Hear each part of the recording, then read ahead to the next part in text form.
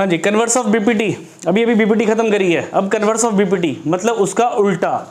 BPT क्या थी? BPT में आपने पढ़ा कि एक ट्राइंगल एबीसी थी, उस एबीसी ट्राइंगल में बीसी के पैरेलल एक लाइन थी जिसको कि नाम आपने दिया डीई।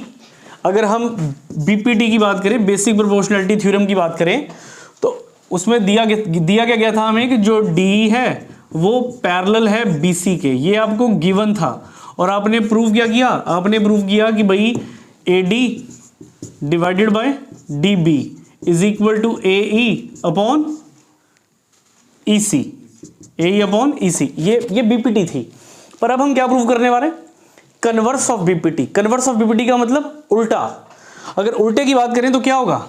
जो प्रूव दैट था वो क्या बन जाएगा? वो गिवन बन जाएगा, ये गिवन हो जाएगा। और जो गिवन था वो क्या बन जाएगा? वो प्रूव दैट बन जाएगा। यानी जो गिवन था, तो गिवन क्या था? ये था गिवन। तो इसको हमें क्या करना है? अब हमें इसको हमें प्रूव करना है। ये अब उल्टा करने वाले हैं हम, ठीक है? तो समझना ध्यान से जरा, स्टेटमेंट को समझे पहले। कंफ्यूजन होती है बच्चों को, कन्वर्स ऑफ बीपीटी आती है, वहां पर लिखा तो होगा नहीं word converse, converse of BPT आती है तो वो बीपीटी करके आ जाते हैं। ऐसा क्यों होता है? क्योंकि वो स्टेटमेंट पढ़ने में गलती करते हैं।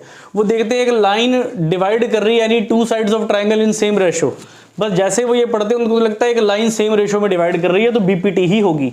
अब देखो उल्टा है यहाँ पे। इस बार उन्होंने बोला if a line is divides any two sides of triangle in same ratio, ये आपको दे दिया, ये आपको दे दिया सारा का सारा कि एक लाइन ट्राइंगल की दो साइड्स को सेम रेशो में क्या कर रही है? डिवाइड कर रही है। ये दिया हुआ है इस बार आपको। देन द लाइन इज, क्या करना है आपको? Parallel to the third side. ये आपका इस बार प्रूव दैट है कि जो लाइन है वो पैरेलल है। किसके पैरेलल? थर्ड साइड के पैरेलल है। ये प्रूव करना है आपको। तो सबसे पहले गिवन, तो गिवन क्या हुआ? In triangle A B C, देखो ट्राइंगल तो दिख ही रही है, यही गिवन है हमारा। ट्राइंगल है ए बी सी, ये हमारा गिवन हो गया। अब गिवन में उन्होंने और क्या दिया था कि भाई एक लाइन जो है वो डिवाइड कर रही है। किसको डिवाइड कर रही है? दो साइड्स को डिवाइड कर रही, वो भी किसमें? सेम रेशो में। तो एक ट्राइंगल एबीसी तो दी थी, साथ में ये भी दे दिया कि जो एडी अपॉन डीबी है, AD upon DB is equal to, वो इक्वल है, किसके इक्वल है? AE upon EC, AE upon EC, ये इक्वल आपको दे दिया हुआ है। फिर प्रूव क्या करना है हमें? प्रूव दैट, हमें प्रूव ये करना है कि ये जो लाइन डी दी गई है ये डीई पैरेलल है बीसी के। ये प्रूव करना है हमें, डीई पैरेलल बीसी। तो ये तो था गिवन जो कि स्टेटमेंट से देखकर लिख लिया हमने, और जो प्रूव दैट वो भी स्टेटमेंट से देखकर लिख लिया। अब प्रूफ करने जा रहे हैं। प्रूफ देखिए कैसे करेंगे इसका प्रूफ ध्यान से समझना।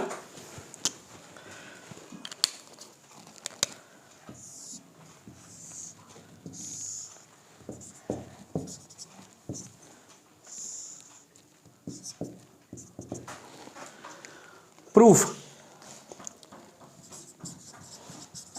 तो प्रूफ में सबसे पहले हम उनका उल्टा मान लेते हैं।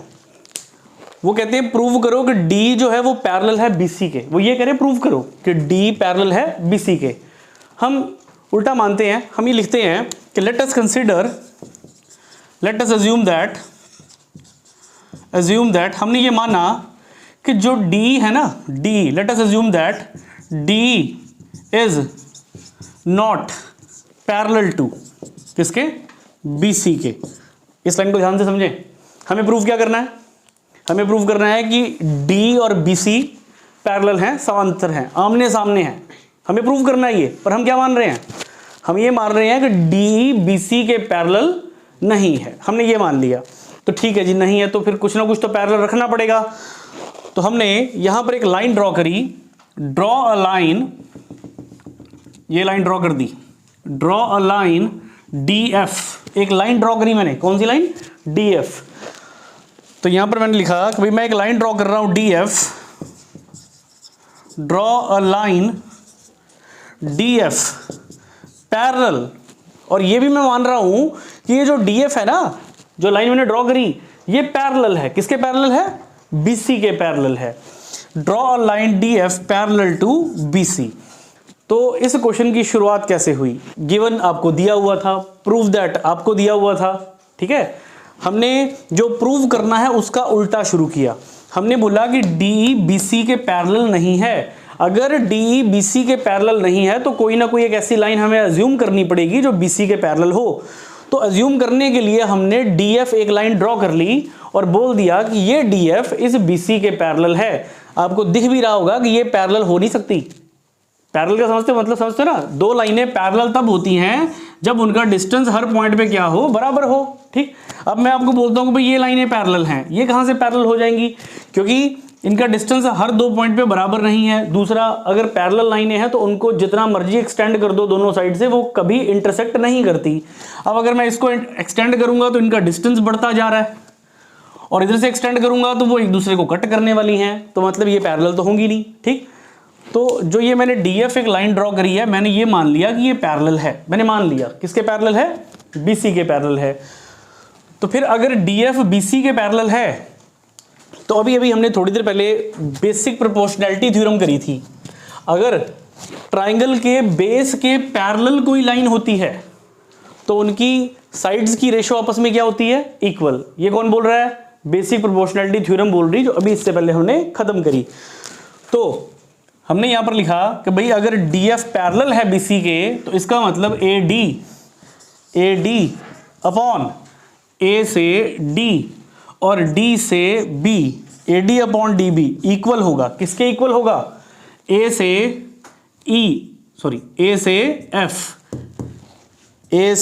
F डिवाइडेड बाय F से C के बराबर होगा। इसको मार्क कर लिया 2।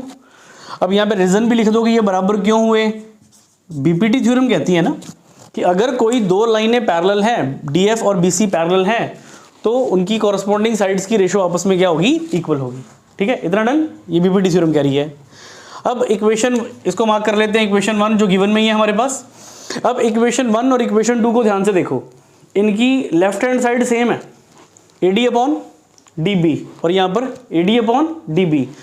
तो यहां पर हमने लिखा फ्रॉम 1 एंड 2। इस 1 और इस 2 से क्या पता लगा कि AE अपॉन EC इक्वल है किसके? AF अपॉन FC के। AF अपॉन FC के इक्वल है। इतना डन। तो बच्चों BPT में हमने माइनस किया था दोनों तरफ 1, और अब आप कर रहे हो कन्वर्स। कन्वर्स का मतलब क्या होता है? उल्टा कर रहे हो। अगर उसमें माइनस किया था तो इसमें क्या करोगे? इसमें प्लस करोगे दोनों तरफ। तो दोनों तरफ 1 ऐड कर लेते हैं। ये बना AE upon EC plus 1 is equal to AF upon FC plus 1। दोनों तरफ हमने 1 प्लस कर दिया। आगे देखें, यहाँ पर फिर LCM लिया तो ये बना AE plus EC divided by EC, AF plus FC divided by FC। ये स्टेप समझ लीजिए। EC को 1 से मल्टीप्लाई कर दिया, EC आ गया। FC को 1 से मल्टीप्लाई कर दिया, FC आ गया। अब चाहे आप इसको यहाँ से समझने की कोशिश करिए, चाहे जो शॉर्टकट बताया गया था, कॉमन क्या है दोनों में? E कॉमन है, E छोड़ दो, E मत लिखो। अगर आप E नहीं लिखते हो तो क्या लिखा जाएगा? AC, ये हुआ AC अपॉन EC।